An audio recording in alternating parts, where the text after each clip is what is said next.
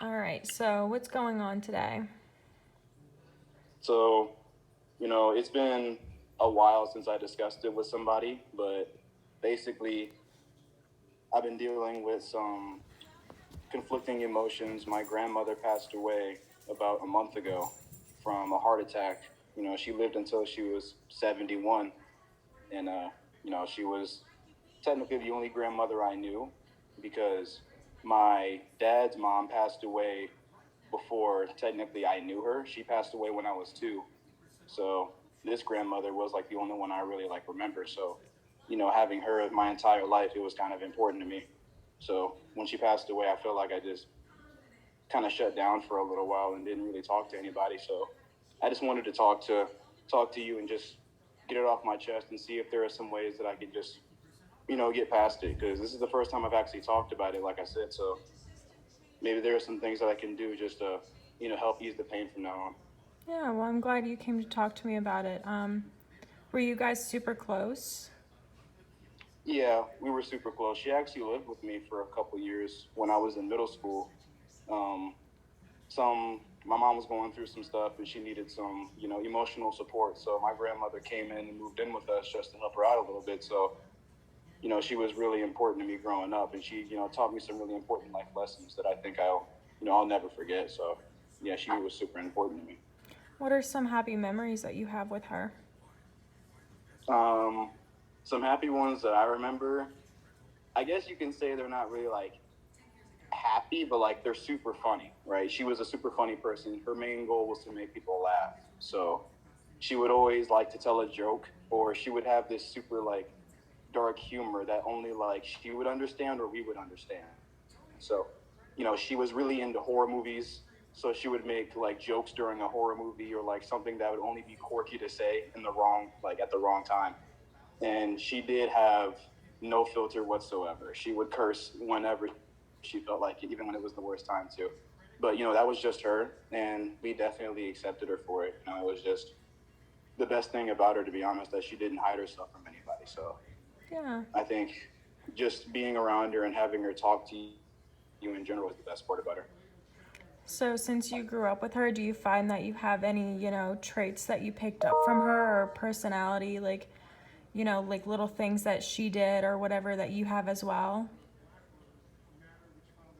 I think the one thing that I definitely picked up from her is this strong sense of personal achievement.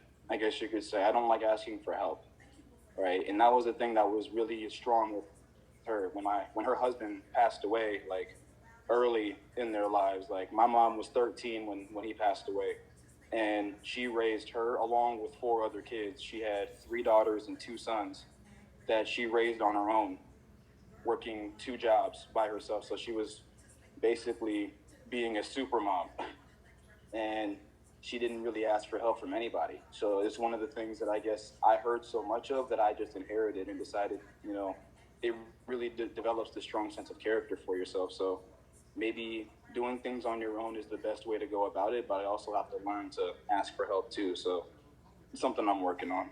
Yeah, absolutely. You think that, you've made her proud? Um, she always told me that when she called me, she would give me a call and ask how I'm doing. Yeah. I always tried to reach out when I could. I wished I reached out more, but I guess you always feel that way when they're gone. When they're here, you always they're here, so you don't worry about it. But when they're gone, you wish you reached out. But I think it was definitely a strong connection there. Yeah. Do you have any family members that you've been able to like confide in, because you're obviously going through the same problem and having the same issues with, struggling and missing her, that you've been able to confide in at all? I think me and my mom have been the most talkative, because the best way to convey our feelings is to talk. We're not the ones to really keep quiet, which is kind of weird because, like, I'll say I shut down, but in order for me to feel any better, I have to talk, Yeah. right? And my mom knows that the best, but like, she's the only person that will get me to talk. Nobody else really can. Like, I'll just say like one word or 2 words, maybe a sentence here and there, but they won't like particularly hear from me. You know, my mom really gets me to talk. and that's like the best thing for me. So I realized that at a young age that I really just need to convey how I feel, or I'm just not going to feel any better moving forward. So Yeah. I think me and my mom were definitely the two people that are getting the most out of this. So you at least have someone, you know? And it sounds as Yeah. if, you know, like you miss her, but you're slowly realizing things that, you know, you have that she also had, and, you know, the happy times that you had where she's just goofy and being herself.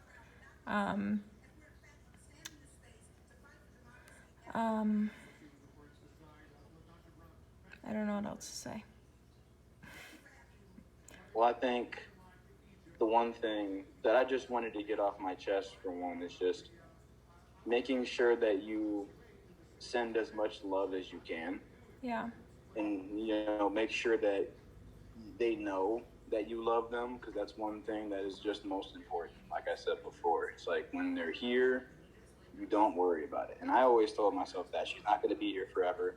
My mom told me this: she's not going to be here forever. My dad told me this because he lost his mom when he was 18. No, he was 24.